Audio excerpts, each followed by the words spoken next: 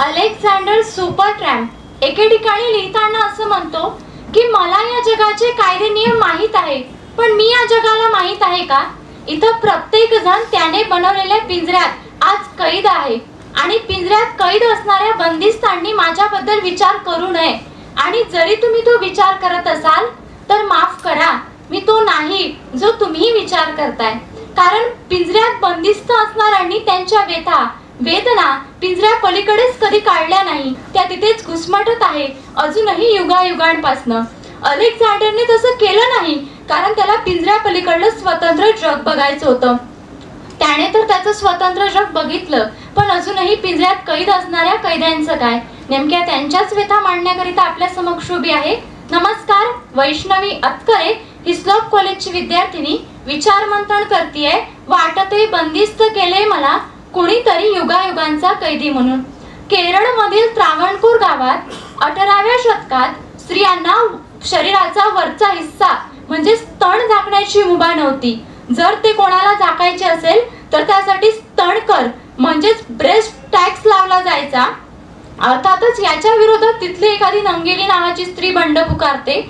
स्वतःचे स्तन स्वतःच्या हाताने कापत म्हणते, हा घ्या माझ्या स्तनाचा नैवेद्य, पण मुक्त करा माझ्या बाकी दलित भगिनींना तुमच्या या जात नावाच्या तुरुंगातून. अर्थातच तिच्या या बलिदानानं त्या गावात ही प्रथा बंद झाली. पण अजूनही आता एका सर्वेत असं लक्षात आलं की आदिवासी भागामध्ये या महिलांना अजूनही तो कर भरावा लागतोय. खरं तर जात नावाचं तुरुंग आज आपल्या जमिनीमध्ये आपल्या समाजामध्ये इतके त्याचे पाय घट्ट रोवून बसले आहे की त्याच्यामध्ये दलित समाजाचा माणूस आणि अर्थातच सामान्य माणूस देखील होरपळला जातोय. म्हणजे नागपूर जिल्ह्यामध्ये कळमेश्वर तालुक्यामध्ये एका विद्यार्थ्याला फक्त दलित समाजाचा आहे म्हणून स्नेह संमेलनात त्याला भाग घेण्यासाठी तिथलेच शिक्षक त्याला समोर येऊ देत नाही, अशी सुद्धा घटना वृत्तपत्रातून आपल्या समोर यायला लागते. तेव्हा हे जात आपल्या समाजामध्ये किती रूढ झाली आहे असं पाहायला मिळते. बरं, स्त्रियांच्या बाबतीत बोलायचं झालं तर स्त्रियांच्या विषयीचा कौमार्य चाचणीसारखा विषय आहे. अजूनही अनेक स्त्रियांना कौमार्य चाचणीसारख्या चाचणीला बळी पडावं लागत आहे. बरं, हा कौमार्य चाचणीचा जो विषय आहे तो फक्त काही कंजरवाट समाज किंवा काही स्त्रियांपुरता मर्यादित आहे. पण जिच्यामुळे माझा जन्म झालाय, जिच्यामुळे अर्थात तुम्हा सर्वांचा जन्म झालाय, अशी स्त्रियांची मासिक पाळी, ही मासिक पाळी सुद्धा या समाजाच्या अंधश्रद्धा नावाच्या तुरुंगामध्ये अजूनही कितीतरी युगायुगापासून कैद आहे.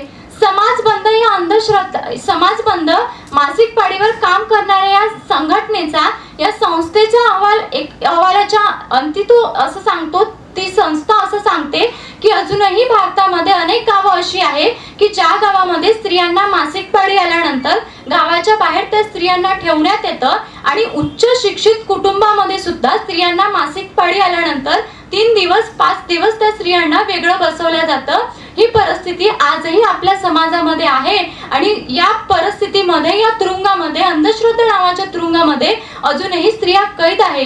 हे सुद्धा या विषयाच्या अनुषंगाने समजून घेणं गरजेचं आहे. त्यांच्या व्यथा समजून घेणं गरजेचं आहे. बरं, स्त्रियांच्याच बाबतीत बोलायचं नाही असं नाही. आजच्या या समाजामध्ये पुरुष सुद्धा तितकेच याला कैद आहे, हे सुद्धा समजून घेणं गरजेचं आहे. म्हणजे आदमी कभी रोता नहीं आणि जो रोता है वो कभी आदमी होता नहीं, या ओझ्याखाली अजूनही पुरुष दबला जातोय. कितीतरी पुरुषांना त्याच्या वेदना आणि व्यथा बाहेर दाखवल्या जात नाही आणि तो जो पुरुष ते दाखवेल अर्थातच तो पुरुष नाही असं त्याला ठरवण्यात येतं. म्हणजे त्याला त्याच्या वेदना दाखवण्याचं स्वतंत्र आज या सो कॉल्ड समाजामध्ये नाही. हे सुद्धा या विषयाच्या अनुषंगाने समजून घेणं गरजेचं आहे. बरं, हा झाला स्त्री पुरुष आणि जातीचा विषय. पण ज्यांना हा समाज ना स्त्री मानत ना पुरुष मानत अशा तृतीय पंथांचं काय? खरं तर तृतीय पंथांचा जो आज विषय आहे आपल्या समाजामध्ये तो असा कधी नव्हताच मुळात. तृतीयपंथी हा अतिशय इमानदार, शूर समजला जाणारा विषय होता आपल्या भारतात. पण डॉक्टर भिंची असं म्हणतात की 1852 साली पुरी हत्याकांडामुळे ब्रिटिशांमधली तृतीय पंथांविषयीची असलेली नैतिक दहशत समोर आली. यानंतर द कॉलोनिकल अँड सेक्युरिटी इंडिया या पुस्तकामध्ये लिहिताना ते असं म्हणतात की ब्रिटिशांमुळे भारतात जी आज काही तृतीय पंथांची स्थिती आहे ते ब्रिटिशांनी भारतातल्या भोळ्या बाबड्या लोकांमध्ये निर्माण केलेली तृतीय पंथांविषयीची नकारात्मक मानसिकता आहे. इतकंच नाही तर भारतीय संस्कृतीचे अभ्यासक वेडी डॅनिंगर असं म्हणतात की भारतातल्या सर्वच धर्मामध्ये जो श्रद्धेचा विषय होता तृतीयपंथ्यांचा, त्याच तृतीयपंथ्यांच्या श्रद्धेच्या विषयाला इथल्या भारतातल्या इंग्रजी बोलणाऱ्या उच्चभू भारतीयांनी आणि अर्थातच ब्रिटिशांनी त्याला एक श्रद्धेच्या पलीकडचा विषय बनवला आणि तिरस्कार आणि समाजात न बसणाऱ्या घटकामध्ये त्या तुरुंगामध्ये अजूनही ते तृतीयपंथ्यांना कैद करून ठेवलं. आजच्या 21व्या शतकामध्ये आळवेकर नावाच्या तृतीयपंथाला असं सांगावं लागते की मी शिक्षिका असून सुद्धा मला शिक्षिका असण्याचा मान सन्मान या समाजानं दिला नाही. खरं तर मुळात परिस्थिती काय आहे माहिती आहे का?